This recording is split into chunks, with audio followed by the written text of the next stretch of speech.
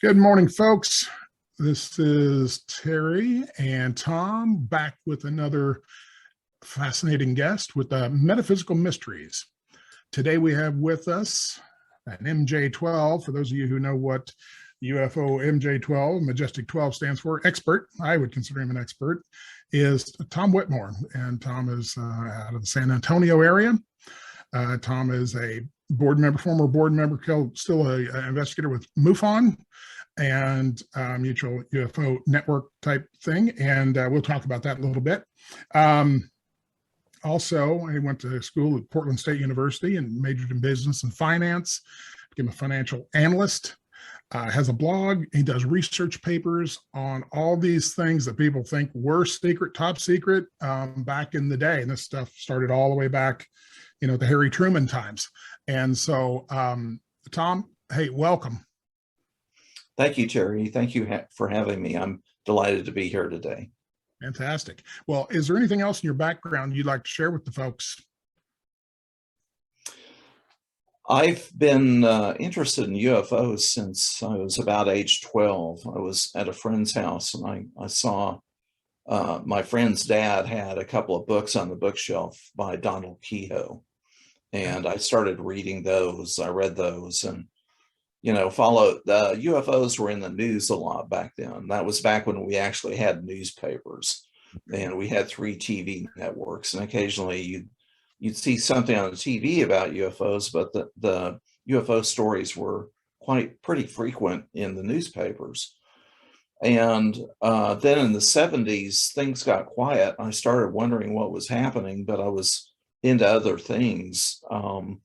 I've always read a lot of history, especially European history, and I became interested in the Soviet Union, which led to an interest in espionage and intelligence.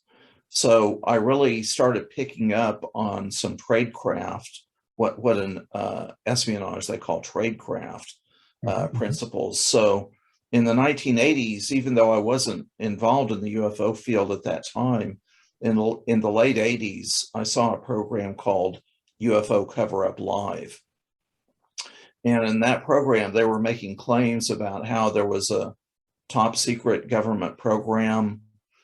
They knew about extraterrestrials. They even had an extraterrestrial as a guest of the United States government. And then in the late 80s, when the MJ-12 documents came out, my first impression was they might have something to do with espionage, with intelligence work. So that's where my interest in history and UFOs converged. And I've been interested generally in UFOs all this time, but my particular area of interest is MJ-12 and the history of the MJ-12 affair. Got it. Yeah, and espionage was a good way to get into it. I just had lunch with Dr. Edwin Mays, who was the supervisor of the Stargate program. They were doing the remote viewing between America and Russia and other countries as well. And so speaking of espionage, it just brought that to mind. And I think a lot of this kind of intertwines, but the MJ-12 program, I talked a little bit about it coming into effect, and I'll let you give the history of it, why it was created, and some of the players with MJ-12 and so forth, so people get a little background when we talk about that. Okay, sure. Yeah. So I started in President Truman's administration, correct? Oh, okay. You want me to go through the whole topic there? Yeah, so everybody understands where MJ-12 kind of came from. Okay. Well, what happened was in the late 70s, a UFO researcher by the name of William Moore and a well-known UFO researcher by the name of Stanton Friedman came across the so-called Roswell incident. And they interviewed a number of witnesses. Well, Bill Moore came out with a little book called The Roswell Incident with Charles Berlitz. And that may have kicked off a series of countermeasures from the Air Force and from the Defense Intelligence Agency, maybe even the CIA, because if the Roswell incident really happened, if it was really a recovery of a craft, and if there were bodies and all that, then some people were getting too close to the truth, and it was starting to get legs in the media. So Bill Moore was just intensely developing contacts. He had all kinds of contacts in the UFO field, and he was developing contacts in the military and intelligence agencies. And parallel to that, there were some activities going on Kirtland Air Force Base with Richard Doty, and Richard Doty was working with AFOSI on Kirtland Air Force Base, and Richard Doty was associated with two documents that mention MJ-12. A very well-known UFO researcher by the name of Linda Howe had an appointment with Richard Doty on Kirtland Air Force Base, and she was shown a document that I refer to it as the Carter briefing document. And it made a number of claims, but within that document, MJ-12 was mentioned. Also, as part of the Paul Benowitz affair, Bill Moore was requested, probably by Richard Doty, to pass on an altered telex, which I now call the Aquarius telex.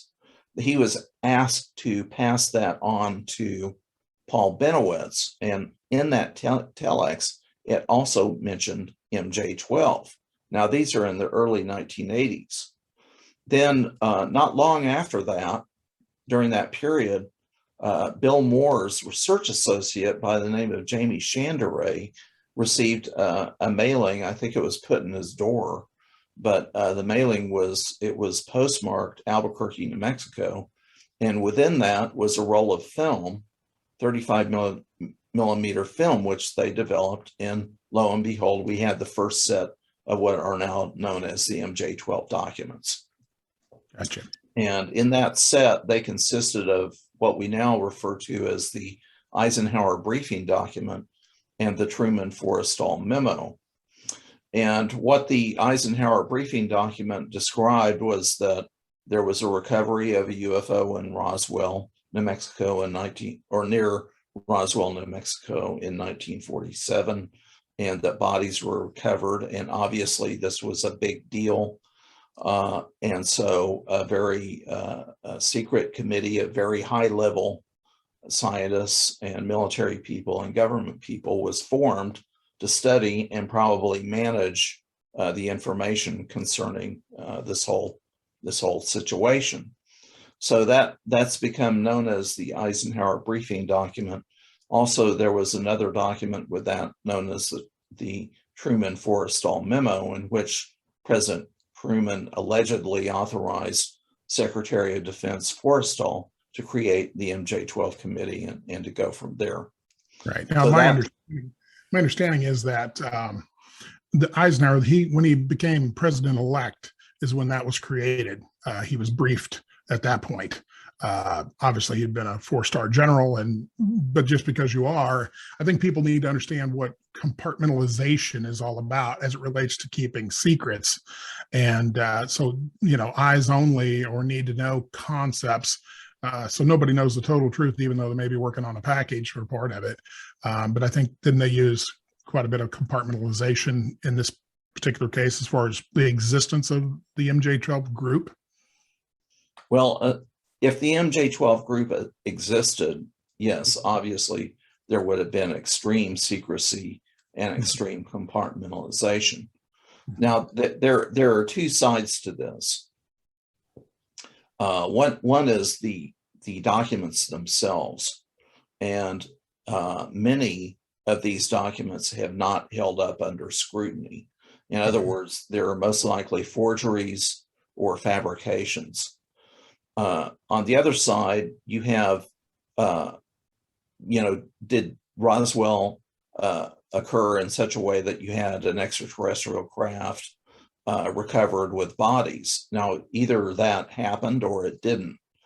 If it didn't happen, then there probably has not been, or something like it.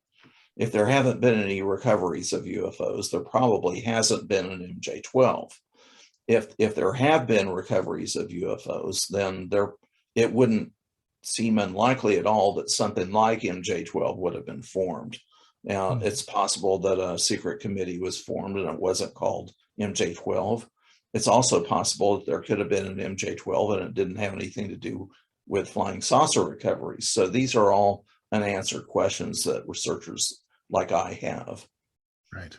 Well, I know Linda Howe, who's on television quite a lot related to these topics, has done her due diligence and research and continues that process to this day, interviewing people in more classified positions and so forth when they come out, you know, even all the way to Antarctica, you know, talking about that lately. That's been a hot topic. Of course, we're talking 1947. Now we're 2022. That's a long time to keep a secret. Now, let me ask you this. It's more of a conceptual question. In your opinion, why would it be that it would be so necessary to keep that secret and away from the American public or the world public for that matter? I know what my thoughts are in my research, but what's your take on that? Why would they would do that? There are several reasons, Terry. First, there's in my mind, there's a huge difference between thinking about extraterrestrial visitation in the abstract, between thinking of it that way and actually really truly knowing that it's real and that it can't be denied. And I think that if it was presented to the public in such a way that people could not deny it, that they had to accept it, I think that the people in the know felt that that was simply too big of a risk, you know, that it could be too disruptive to society. Now, if it is true, and if the proof really is there, it has never been officially confirmed. So we don't really know what the reaction of the public would be because we haven't been through that. But I think that's one of the considerations that they may have had, you know, if they were dealing with this reality. The other side of it is in 1947 and in the early 50s, the authorities were scared to death that Stalin was going to overrun Western Europe. And they were very, very busy creating this defense structure that we now know as NATO that still exists today. And they were, during that period of time, they were going through the Berlin blockade and the Berlin airlift, and the national security state, which was being formed after the passage of the National Security Act in 1947, the national security state was hastily being constructed. And the CIA had been created, and there was all of this concern, even paranoia, about the intentions and capabilities of the Soviets. So I think they saw their mission in life for the public to defend the United States against the Soviet threat. And that was the first priority. And I think that if it did happen, then the UFO problem was shunted aside and it was kept in extreme secrecy. Yeah, I mean, the geopolitical religious connotation of disrupting society as we know it, because thinking back to 1947, even to the 50s, the way life was, you know, happy days kind of stuff, very religious type scenario going on, and most people attended church and so forth, had certain belief systems. And I think introduction of UFO concepts would have caused what they were worried about, I think, a bit of a chaos situation where the government wouldn't be able to control people's panic. In fact, today, though, with all the stuff that is out there on the internet, with all the stuff on History Channel and Discovery Channel, whatever, I think people are, correct me if I'm wrong, but I think people will be a much, much less chaos. It'd be almost, in a lot of cases, ho hum, we knew that, you know, and that's where the concept of slowly leaking things out through the media, through movies and televisions and so forth, and even to the point where supposedly the movie Close Encounters of the Third Kind, producers were given data and they basically recreated that on the screen. And some people think it's a large scale, almost conspiracy, if you would, but I'm not quite a conspiracy theorist. So a way to inoculize the stress for the entire general public, that they're kind of conceptually used to that. I don't know. That's a little bit of a thought that I've seen out there, and that makes some sense. Yeah, I mean, it's a lot different now because we've gone through 70 years of thinking about UFOs, taking UFO reports, a lot of programs about extraterrestrials, the X-Files, Close Encounters of the Third Kind, et cetera, et cetera. So there has been a lot of conditioning of the public to at least be familiarized with the idea now. But I think realistically, we have to take into consideration that, rightly or wrongly, there's a lot of mistrust of the government now. And even if they did come out and flat inform the public that this is true, I'm not sure that everyone would believe them. Right. And you have to consider that, and I don't want to get into politics, but you just take like vaccines for COVID. A lot of people won't accept it. They don't trust it, rightly or wrongly. I'm not taking a side one way or the other, but what I'm talking about are public perceptions and public attitudes. I think, and yes, I agree with you 100% there, because, COVID is a great example you use there, because it's not the medicine they're worried about, it's the trust of the government, which over the decades, especially after Watergate and on down the line, the trust has just nosedived to where people don't believe what's coming out like they used to. So to your point, yes, I believe there would be a significant amount of public population that would say, hey, I don't believe it. Until they actually see an alien walk up on their doorstep and knock on the door. I don't think some people would ever believe it. So, Tommy, you got anything on that? I was just thinking about this whole thing of the secrecy and such, but Terry, I mean, we've been in law enforcement for over 30 years. Yeah. How many times have we been asked things that we weren't allowed to share? Not to keep it secret per se, but, just to minimize the impact of the uncomfortableness to the general public. Yeah, absolutely. You sign agreements. I mean, my agreements are still in place. There's things I can't talk about and won't. And, the thing is, yeah, you do get to know all the dirty little secrets, what's under the carpet, so to speak. And you can't talk about it because you would jeopardize your liberty and potentially your pension and your family and so forth. So I totally understand that concept. So how long can you keep if you want to call it a cover up or just a cloak of secrecy on something, depends on agreements that are signed and the integrity of the people who signed them and whether they continue to hold out until their deathbed, perhaps. And we've had a number of deathbed confessions, if you will, of these folks in the UFO community. And a lot of them that were the originators are either dead or getting really long in the tooth. Would that be correct, Tom? Yeah, but we haven't, considering the possibility that this is real, and considering the extent of people that have been involved in this in one way or another, I don't think we've had nearly enough deathbed confessions. Okay. Right. And if this is real and if the secrecy is being enforced, I mean, it could be enforced with real live threats. In other words, people are scared to death tell the truth about their involvement in it, if that's the case. So it's interesting to look at the problem in terms of religions, and I don't mean to judge or criticize any particular religion, but for example, the evangelical Christians, they have very firm beliefs and attitudes about how the world is going to turn out. And, I'm not sure that they would be able to accept this kind of reality if it was presented to them. Now, I'm talking hypothetically. Let's look at the Muslims. I really don't know how they would react. I know that many of the Muslims in the Middle East have been conditioned to mistrust the U.S. because of Soviet Soviet and Russian disinformation, rumors that have been planted, lies that have been told about the U.S. So I'm not sure that the Muslims how they would react to such news.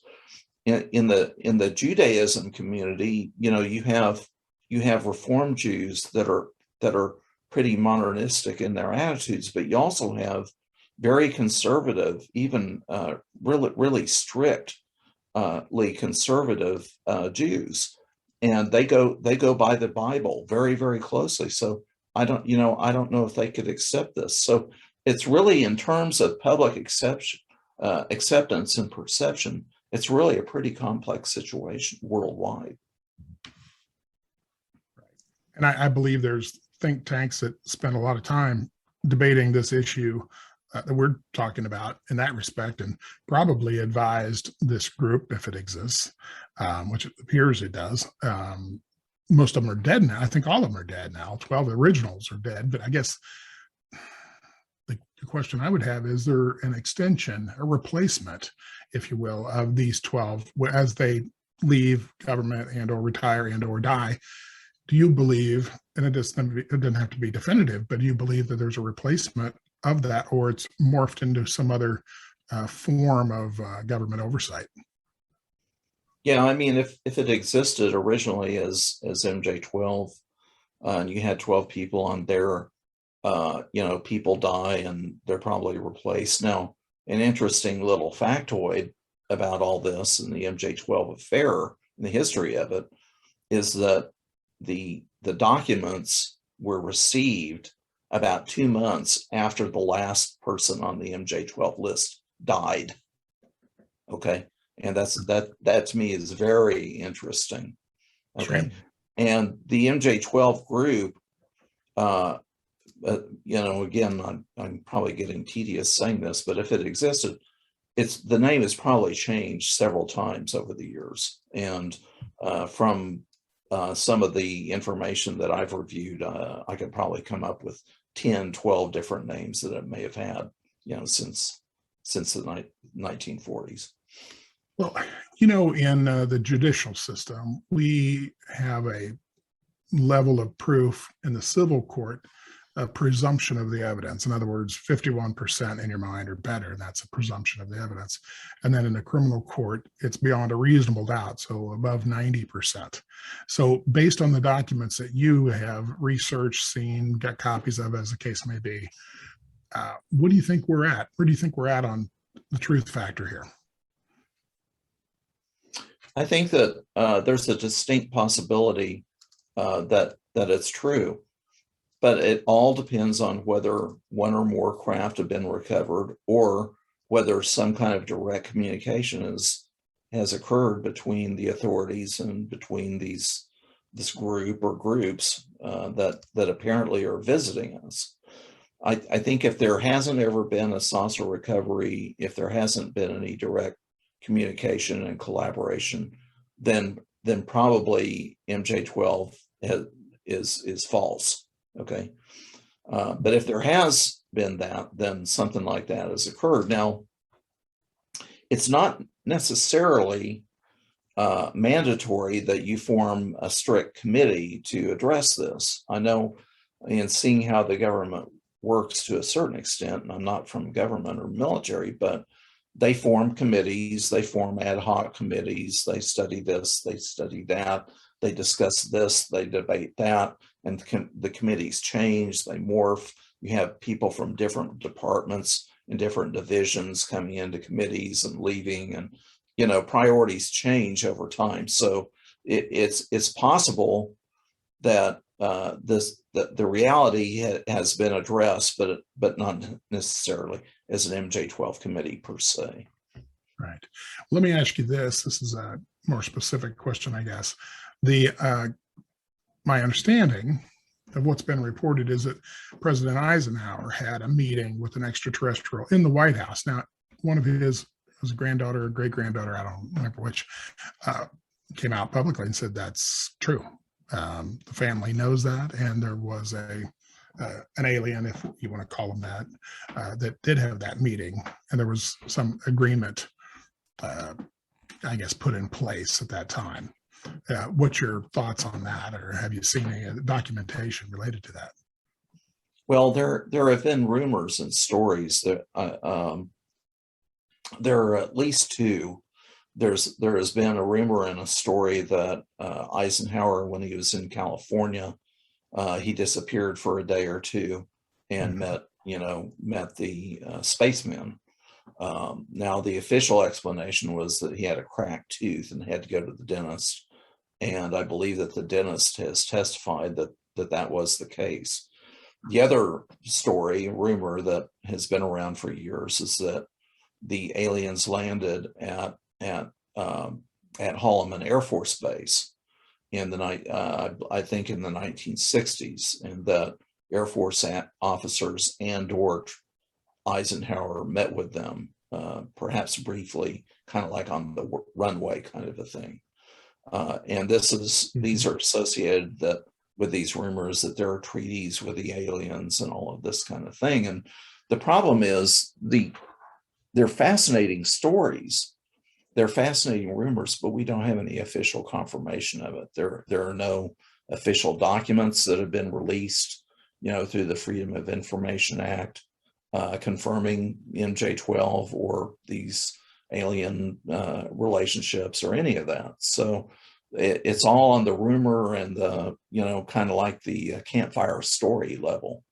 And they're intriguing. I love them as much as everybody else does, but I'm not willing. I'm trying to be an objective researcher, an objective person in the subject. And until we have something amounting to firm confirmation, I just can't go any further than that. Sure. Tommy, you have something?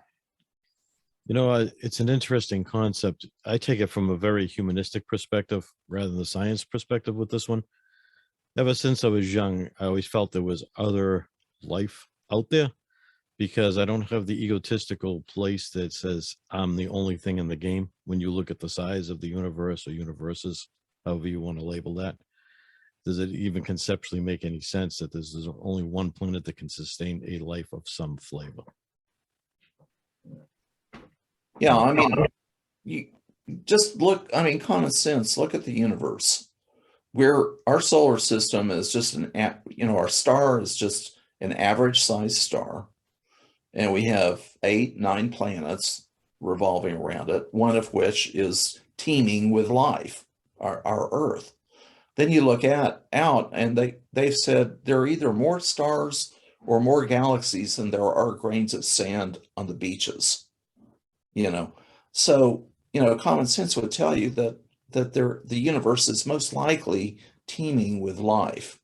But our problem is, because of our level of scientific knowledge at this time, we don't understand how they could get here. But if they're getting here, they're getting here. And, let's face the facts, okay? And what we consider life, we're kind of a water-based planet, obviously. And what we consider life may not be at all what life is someplace else. The Edgar Casey, ARE, that kind of stuff. You look at some of the research there and, other places beyond that, but talk about experiences, or as they call it, sojourns into Neptune, or you're in a vibratory life. So you're not in a physical 3D life. You may be in a different dimensional life, but you're still, the soul is experiencing that particular environment for a time. And so I think our concept of life is very limited based on our experience here, whether it's a giant hologram, which some of the physicists believe, or if it's just a total reality, which, that's a whole nother topic for someday. But honestly, I agree with what Tommy said, that, I think it would be most arrogant to believe that we are the only thing out there. And from the massive amount of reports, and even Project Blue Book, they couldn't wipe all those out. There's hundreds of them that they still couldn't actually say, write it off to some weather balloon or whatever you want to call it. So I think there's volumes of data there. And from an investigator point of view, if I was literally going to take the time to go through every single thing from 1947 to current, and even could go to Russia before 47 or whatever, and even beyond 47, go way back into ancient times, where it's even in paintings and so forth, where they show obviously what we would consider an alien craft. There seems to be, at a minimum, the preponderance of evidence in my mind as an investigator. Beyond a reasonable doubt, in some cases, probably. It's probably right there. Could I prove it to a jury is how I always kind of get to that point. I think with enough physical artifacts, witness statements, that's what we look for in a criminal justice setting. Can you get that? And are they believable? If I could introduce polygraphs, we can't now, but if we could we probably convince a jury that certain things occur? I think we're probably at that point now where we could probably do it if a proper full-blown investigation was put together by properly qualified investigators. I think that's possible. And that's a concept, and that's where I want to kind of jump into your MUFON experiences. You're on the board for MUFON, or were, and still doing. I am still on the board. Let's talk about MUFON for a minute. Tell people what that means, and what your role is there. And if somebody has got something to report, how would they do it? And maybe they want to be an investigator. What does that take? What's the screening process? MUFON began in the late 60s and early 70s when the Air Force was getting out of the public UFO business. And the Air Force had hired the University of Colorado through Edward Condon to do a study and file a report. And then the Air Force shut down Project Blue Book and moved the files to archive. They eventually became public. At that time, a person by the name of Walt Andrus, who at the time was with APRO, an investigators group called Aerial Phenomena Research Organization, he teamed up with John Schuessler and a couple of other people, and they started what began as the Midwest UFO Network, and it was later called the Mutual UFO Network. And they started developing a network of what we call field investigators. And they had field investigators in most every state, and they had state directors, and they started publishing a newsletter called Skylook, which later became the MUFON UFO Journal. And then they were putting on annual symposiums. So that basic model is still in effect today. MUFON manages a network of field investigators and state directors. It publishes a monthly MUFON UFO Journal, and we put on an annual symposium. And at the symposium, other researchers and presenters are invited to come and present what they know, and that's entered into a permanent record in the symposium proceedings. So that's basically what MUFON is about. And MUFON does charge for membership to get an annual or a monthly MUFON journal. There is some cost to that. It's about almost $6 a month. And you can get as involved as you want to be. If you want to become a field investigator, you can take the online course or purchase the MUFON Field Investigators Manual. And we have an exam, and the person can pass the exam and then receive their field investigators card and then go to work in their state, in their local area. We have state section directors that correspond to a city, and then we have state directors that correspond to a state.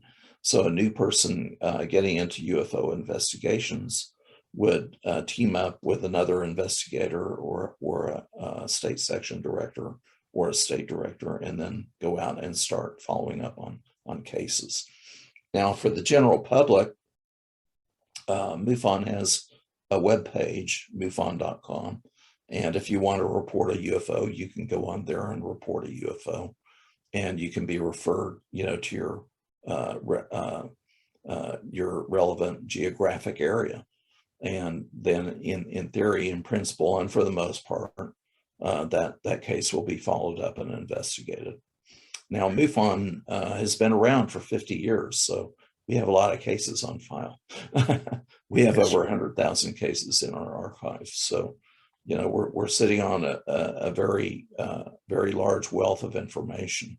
That's not to say that every case in there is a UFO, but that's a high enough volume of information that, you know, it does need to be analyzed, and the wheat needs to be sorted from the chaff, so to speak. You know, I was just that is MUFON's position in the world. I was just down at Rice University, and they had a conference because a lot of the UFO researchers that have had their stuff for 30, 40 years, they're getting, like I said, a little long in the tooth, and they know they're not going to be around forever. And Rice University Religious Studies Department particularly agreed to archive properly all of these documents. So once one person did it, some of these leading experts, others then subsequently have done it as well. And so the conference was basically from presenters who delivered over to Rice University their documents. You know, one I remember they said we had 76 boxes of documentation on their research, because you can imagine if you put 40 years into researching and you know you're in your 80s and you're not going to be around here much longer, you don't want it just to go into a barn and your great nephew burns it up or something because he needs firewood. You know, you want it to go someplace that can be useful. And so the archivists, and it's called Archives of the Impossible was the name of the conference. And so the archivists there at Rice have agreed to do that process. And, you know, that's already started. And so they're doing a fantastic job with it, but that's going to be available, as I understand it, for the public. It's going to take some time to get that all done. It's not going to be something that's just in a flash, because, you know, trying to electronically scan everything and, you know, get it properly microfilmed or whatever you're going to do and get it organized where it's searchable, it's going to be really challenging. No question about it. But I think that's going to be a great repository. There's other places, other universities that showed up there as representatives. I think it's a Southwest Georgia University, somewhere in Georgia. They also had a similar type archive, and there were several others that had shown up. Somebody from Syracuse showed up too. But anyway, the point is they were really taking on a large burden, and I don't know if it's a burden or a benefit, but probably a benefit to mankind. To take that on and house it, because it's going to take a lot of space, and space at a university, as you know, is at a premium. So, yeah, and I'm sorry I missed that conference. I wish I'd known about it. I certainly would have attended. You know, I'm only three hours away from Houston. I did attend a presentation by Jeffrey Kripal that he gave at Trinity University. It was a remote presentation, but I am aware of him, and I've been meaning to make contact with him. I'm very, very interested in the whole archive issue. yes. You know, it's good. I'm a little concerned that they're doing it under a religious studies department, but I'm thrilled that they're really professionally, seriously putting together this archive. And like you mentioned, there are some others around. There are some other researchers that are still alive that have a huge amount of information. I'm thinking of Linda Howe, for example. She's been doing this for 40, 50 years, and she must have just a huge amount of information. I'm concerned that will be properly preserved. And there are others. So yeah, I hear you. Tom, in all your research, Go ahead, Tom. You had over 100,000, you know, cases and such, where a lot of that information has been tried to be gleaned from government agencies. Have you ever had a government agency come to your folks and say, let's see what you have? That the closest that occurred was with this whole sequence of what became the OSAP program. Don't ask me to repeat the acronym I have trouble remembering all that on the spot. But what happened was Senator Reid and a couple of other senators decided that they wanted to fund a research study. And Senator Reid knew Robert Bigelow. They're both from Nevada. And Robert Bigelow is a wealthy businessman who had lots of capability. He was a Skinwalker Ranch owner for an extended period of time, for people who might watch that on television. Yeah. So Reid and them funded this program, which became known as OSAP. And even though they did put it out for bid, Bigelow's group, the Bigelow Aerospace, was the only one that bid on the contract. So they got the contract, and they were off to the races. One of the elements of that program was Bigelow came to MUFON and set up an agreement where MUFON would cooperate with Mr. Bigelow, and Bigelow had access to MUFON cases as they were coming in. Now, the idea was that, and the reason why MUFON cooperated, and I know this because I was on the board at the time, the reason why MUFON got into this was that it really gave us our first opportunity to have a rapid deployment force. In other words, a no holds barred in terms of expenses ability to immediately go to a hot case. And this did happen in several instances. So there was that interaction between Bigelow and MUFON. Now, at the time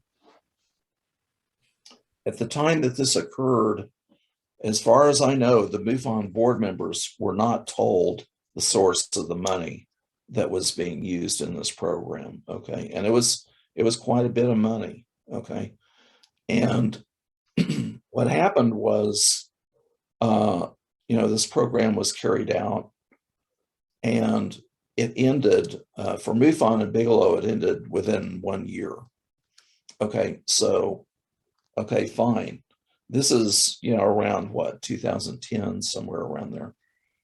Here it is in 2017. An article comes out in the New York Times that started this whole recent sequence of events. And when I read that article, then I put two and two together, and I realized that it was government money that was funding this. Okay, so that's, to answer your question, that's, as far as I know, MUFON's involvement with any government program or government request for information, but I don't think that it occurred under straightforward circumstances in terms of funding or the origin of the program. Interesting. Seems like it'd be a good resource for them to follow up on if they want to find out what's going on. You'd think so, yes.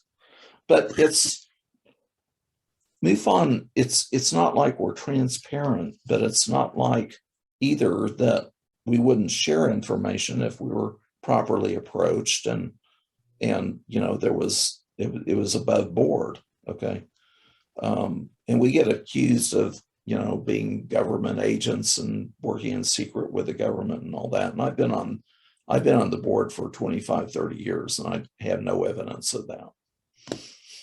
Yeah, what people don't realize is the government does contract out with private entities for these kinds of investigations because it's not subject to FOIA. And that's an easy way to keep it secret. And trusted corporations that have a shared interest. There's may be more research and financial, but the government's looking for data and does not necessarily want to share it. So that's one of the ways you do that, is just fund somebody, and Bigelow doesn't have to show anybody anything. That's right, and he doesn't. But here's the deal: there are UFO researchers like John Greenwald. John Greenwald's an expert at filing FOIA requests, and he's been doing it since he was 15 years old, and he's filed, I think he's collected over 1 million documents. And just recently, he's gotten some more information, about this report that came out last June. And another gentleman who does the UFO trail, like Jack Brewer, I think is his name, he got some more information out of the government from the OSAP program. So, there are researchers and investigators that keep chipping away, through FOIA at the government. Now, if something's still classified, the government's not going to release it. And it's really up to them. They may decide, okay, we can declassify this and we can release it. So, but you have to go to the government and ask and even demand that they release this information. And they either don't release any or they release some, and the rest of it's redacted. And that's how it all works. Of course. That's the nature of the game, and we're quite familiar with that. And my question is this. We talk about these encounters with UFOs. Obviously, I'm going to ask you, in your experience, what the best UFO case was. I won't ask you that to start with right now, but keep it in the back of your mind. The best, most convincing one you've ever heard or participated in. But in the meantime, we call these encounters, per the movie, close encounter of third kind, but there's first kind, second kind, third kind, fourth kind. Can you kind of enlighten us on the classification of what we would consider interactions so the public would know, anybody listening to this? Well, the close encounter criteria were developed by Dr. J. Allen Hynek, and he's a very famous person in UFO history, and he was a consultant to the Air Force. But it's basically a stepped up level of how close you are to the UFO, and the first kind and the second kind are less than the third kind, and the third kind is like you're within 500 feet of a UFO. 500 feet is pretty darn close, okay, and that is a close encounter. Then you get into maybe seeing occupants of the craft come out. Maybe you undergo an abduction experience and all of this. So you're going beyond the close encounter of the third kind scenario. Mm-hmm. And Dr. Hynek, at a certain point in his career as an Air Force consultant, it dawned on him that even though the vast majority of cases could be explained in relatively ordinary terms, that there are cases of high strangeness, okay? And, if a UFO lands in your backyard and the spacemen come out, that is a very strange occurrence, okay? And so he developed this protocol of close encounters, first kind, second kind, third kind.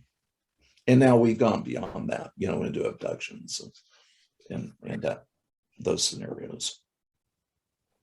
Tommy, you got something? I'm just curious, where do you, in your work, and I know I'm kind of diverting a little bit from the track we're on, but I've always had an interest in the space program. And there's been a lot of anecdotal stories of transmissions made by our astronauts, describing things that they noted that were not of this world, so to speak. Have you encountered any of that in your research that can verify or disprove any of that stuff? I mean, all the way up through the Apollo mission, when they're on the moon, they were talking about having seen some things and that was blacked out supposedly, and those type of incidents.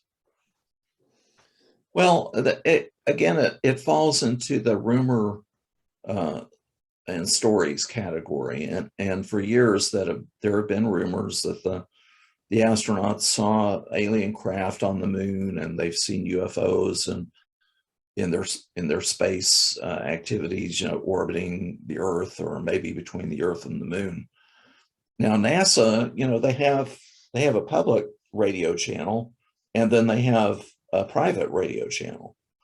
And there are some things that the astronauts probably have to talk about. You don't want to hear that they're having a problem going to the bathroom, or they just spit up their dinner, or all that kind of thing. But if there is any UFO activity that they're reporting on or discussing, it's going to go through the private channel. Okay, it's not going to go through the public channel.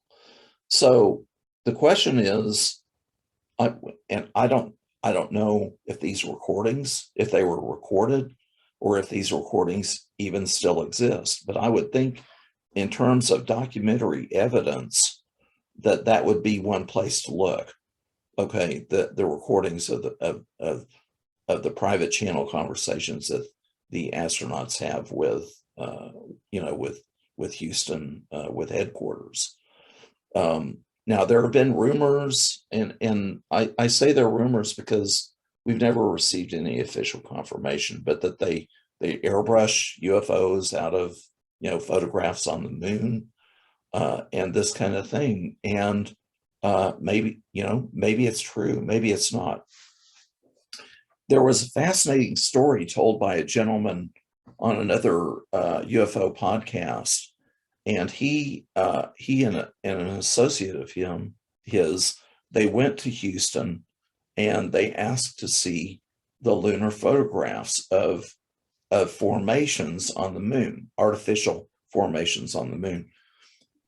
There was a lot of back and forth, and they went through a big runaround, but they were finally given permission to visit this location. It was like on a back road somewhere. There was a building there, and they go in, and they're given access to these photographs, and they find these structures on the moon. Okay, now that's a story that's being told. I think he wrote a book, and they may even have some photographs, and I don't have the name of the book with me, but that's one of the closest things I've ever heard to actual maybe having some confirmation that there's something to that. Amazing stuff. It is. And, one of the things they talked about, some of the test crashes that they did on the moon, and then seeing this bell ringing event on their various equipment, instrumentation, showing that instead of a dull thud and so forth, they get this bell ringing effect from crashing on the moon, which leads people to believe that the moon is an artificial thing, and it's the coating of, soils of some sort on there. But underneath it, it should not be ringing hollow like a metal bell or so forth. I don't know if you've heard any of that. And when I get asked some of those questions, of course, clearly we don't have enough data to answer it, but there's been anecdotal information about that. Yeah, I've heard of that, but whether the moon is hollow or artificial, that's above my pay grade. Right. Gotcha.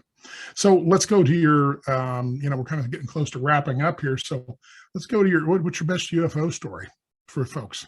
Or you got lots of them, I know, but I'm thinking the best one that people would get a kick out of.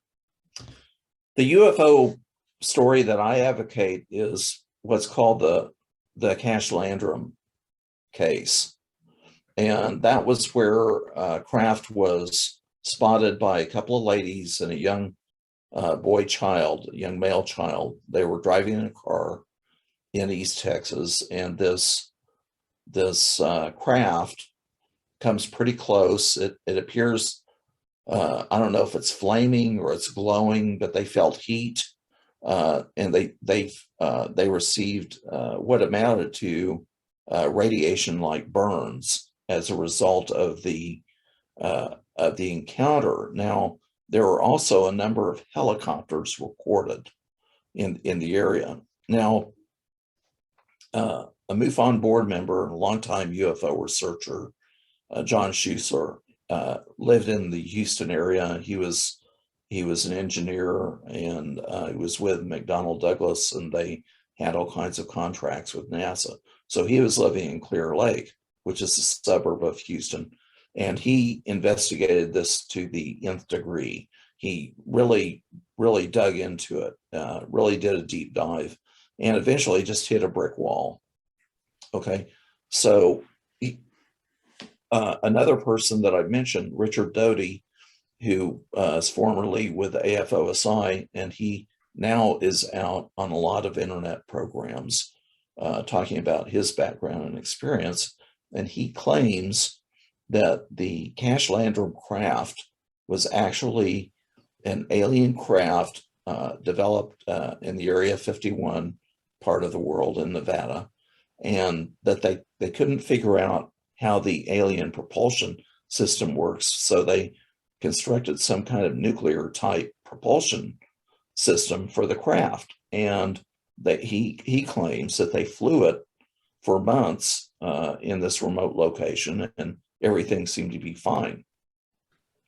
And his claim is that the craft was being transferred to another location, perhaps an Air Force base in Texas, and that it got into trouble. It was in distress. So here we have people being subjected to radiation type burns, very, very close to a craft. A number of helicopters reported, and a former U.S. government employee claiming that it's a combination of alien and U.S. Manufacturer. That's what turns me on, And that, to me, I mean, that's as far as I'm concerned, that's a real case, and I've got all the documentation from Mr. Schuessler's investigation. There are two rumors about the settlement. The Caches and Landrums, they sued the government because they felt they had been injured by it. I've heard one story that the government just denied their claim outright and stonewalled them. And then I've also heard a rumor that there was a backdoor settlement. They were given some money, perhaps if they keep quiet about it.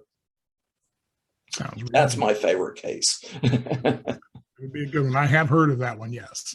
In fact, I've heard of that one. So, Tom, you got a question? No, I think this is fascinating stuff, and I think we're just scratching the surface of where we're going to end up before we find out the truth. I wonder, as we're having this discussion, we talk about the government involvement over history, the recent creation of the Space Force. We talk about that as to protect our satellites from adversaries here on Earth, but you wonder if there's another impetus to that creation. Well, it's like anything else. There's the public side of it that we hear about, and then there's the non-public side that we don't hear about. And you don't know what you don't know what you don't know. We just don't know what they could be doing behind the scenes because we're never told. The concept of a secret space program is out there. You'll see that purported on Gaia TV and things of that nature. And, there's a few people that tend to push that as a reality, that we've been interacting at a very high technological level for a number of decades, and using humans in that respect, and particularly some with psychic abilities in order to communicate with aliens and whatnot. But it seems to me if they're sophisticated enough to come here, they're probably sophisticated enough to have a translator themselves, in some mechanical form at the very least. But as MUFON looked at any investigation related to the truth behind a secret space program? Well, we actually had some of the people advocating that present at one of our symposiums a couple of years ago, and we've gotten hell for it because the people that are advocating that, they have no evidence to back up their stories, no documents, no other corroboration. The stories are just wild beyond belief, that they're trained and operating on Mars, and that the time is manipulated so they come back to the present time or the past time and all this. And I mean, anything's possible in this field, okay? Because we're addressing things that we don't understand. So I can't say 100% none of it's true. It didn't happen or it couldn't happen. It may have, but our problem is I'm kind of an historian and a researcher and investigator, and you guys you're formerly with police and all that. You have to have evidence, okay? You have to have something to support your claims. If in police work, if a woman comes in and claims that she was raped by Mr. X, you're not going to convict the guy without evidence. And Correct. I can't go out and say that we have a secret space program when I don't have any real evidence for it. Now, there has been a conventional secret space program in that the government has been launching classified satellites for years. They'll even come out and say that it's a classified satellite payload. And there are things like that go on that are secret and classified. You know, that's a real secret space program. Now, I came across an article a few days ago I found extremely intriguing, but that the U.S. is setting up a surveillance capability for between here and the moon. Okay. Now, it's one thing to be, you know, you have satellites orbiting, Russian satellites and Chinese satellites and all this. But some of these other countries are trying to go to the moon now, and the ostensible reason is that they're surveilling any traffic between the Earth and the moon because of that. But that to me is suspicious. Okay. It's got to pass the smell test, as we call it. And but if something walks like a duck, talks like a duck, you know, quacks like a duck, it's probably a duck. So we have to, you know, kind of take those things into consideration when we're doing investigations as well.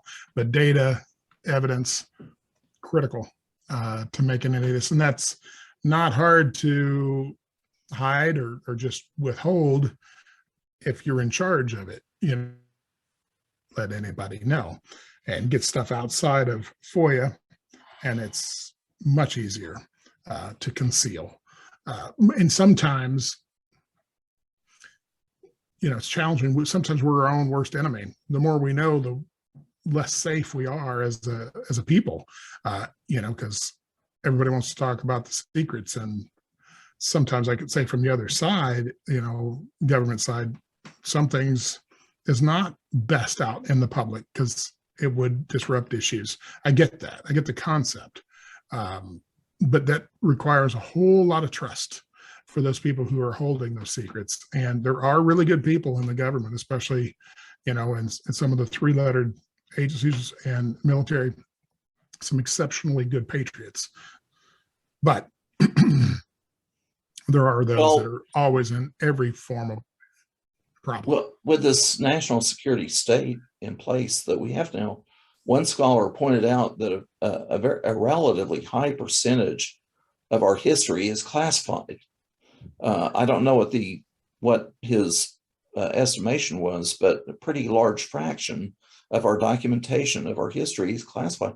We don't even know what our history is, really, as a United States citizen. And that to me is very worrisome. It is. It is. Hey, Tom, if people want to get a hold of you, what is your contact information? Or you said you have a blog. What is that, so we can get that up on the screen? Yeah, it's Tom Whitmore blog. That's all one word. Tom Whitmore blog.wordpress.com. That's Tom Whitmore and blog. What would they find if they go on to WordPress.com.